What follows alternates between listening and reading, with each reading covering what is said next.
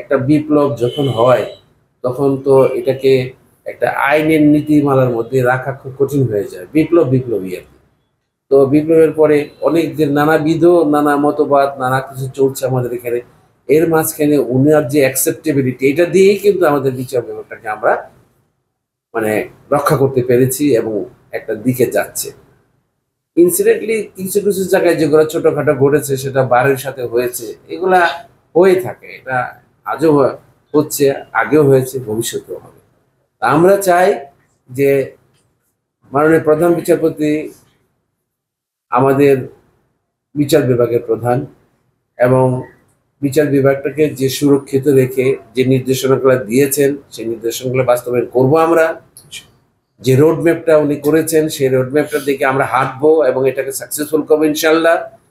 এবং আমরা সবাই মিলে আমরা চেষ্টা করব যে জনসাধারণের মধ্যে আর যত পরিবর্তন হোক যাই হোক তার মধ্যে আমরা যেন ন্যায় বিচার সততা এটা মেনটেন করে আইনের শাসন প্রয়োগ করার জন্য আমাদের পক্ষে থেকে যতটুকু ভূমিকা রাখা করে যাবো আমি।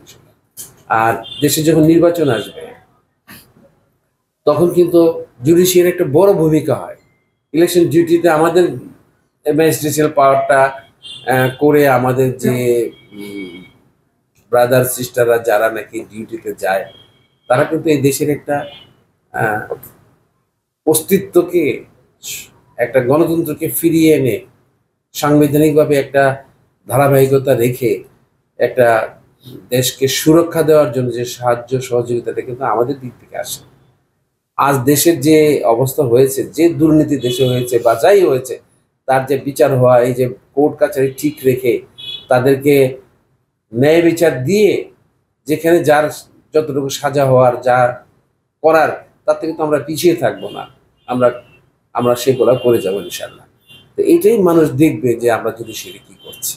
প্রধান বিচারপতির চিন্তা চেতনা এবং জুডিশিয়ারির জন্য উনি যেসব দায়িত্ব নিয়েছেন কাঁধে, জুডিশিয়ারিকে যেভাবে উনি ব্যালেন্স করে আগিয়ে নিয়ে যাচ্ছেন, সেক্ষেত্রে আমাদের ওনার নির্দেশনাগুলোকে বাস্তবায়ন করতে হবে এবং ওনার চিন্তাটাকে বাস্তবায়ন করতে হবে, এইটা আমাদের মনে রাখতে হবে।